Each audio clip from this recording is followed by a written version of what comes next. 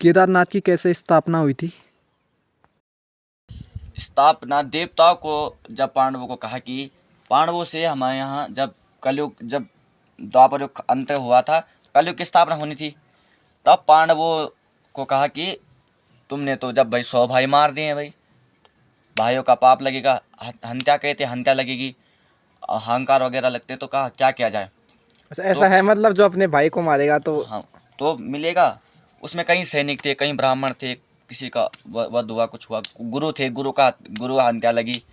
जो द्रोणाचार्य जी थे वो पांडु के गुरु थे, उनको मारा, उनकी हत्या लगी। तो कहा क्या किया जाए, तो कहा कि इसका ये हत्या क्या होता है मतलब? हत्या ये होता है कि यदि आप, जैसे पिता होता है, पिता हमको जन्म दे रहा है, हमारा पालन पोषण कर रहा है, अगर हम उन्हीं के लिए कुछ उल्टा सोचेंगे तो वो ऊपर वाला हमारे लिए उल्टा करेगा, उसको हत्या कहते हैं। उसकी अच्छा, इसकी या मतलब किसी बेजुबान जानवर को मारे तो उसका पाप लग जाए, उसकी हत्या लग जाती है। तो उस व्यक्ति के साथ भी वैसे ही कर्म होगा, जीते जी, उसके लिए मरने की जरूरत नहीं है, उसके साथ वही कर्म होगा, उसका प्रायश्चित किया जाता है। तो पांडवों को कहा कि जाओ और पहाड़ों में जाओ, और पहाड़ों में तुमको शंकर जी मिलेंगे। हिमालय, ये नहीं कहा कि उत्तराखंड में जाओ, हाँ हाँ।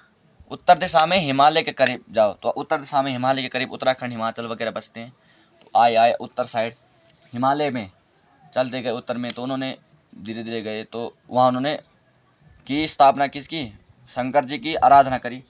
शंकर जी आए धीरे धीरे करके, एक बैल का रूप लेकर के आए।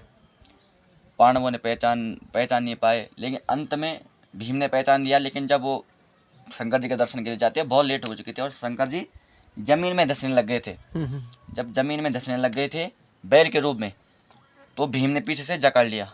भीम बहुत बलशाली था, हाँ 1000 हाथियों की शक्ति मानी जाती है। हाँ। पीछे से जब जकड़ लिया भीम ने, उसके बाद उनका जो सर था वो जमीन में गया, और जो ये कोबड़ वाला हिस्सा रह गया वो केदारनाथ में। तो केदारनाथ की स्थापना हो गई, और सर निकल गया नेपाल पशुपतिनाथ के मंदिर में। तो वहाँ से उसका कनेक्शन वहाँ हो गया।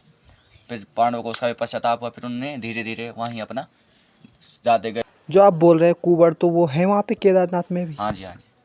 केदारनाथ जी की जो ज्योतिर्लिंग है, हाँ हाँ। वो शंकर जी की बैल रूपी पृष्ठभूमि, पृष्ठभाग है उनका, इसीलिए। फिर धीरे धीरे वहीं से स्वर्ग की सीढ़ियाँ, जो वहीं से बद्रीनाथ से स्वर्ग की सीढ़ियाँ जाती हुई गई, धीरे धीरे गए। पांडवों के पाप रहे उनके, अब धीरे धीरे पीछे मरते तो गए। मतलब वो सीढ़ी भी है? हाँ, 3 सीढ़ियाँ भी दिखती है।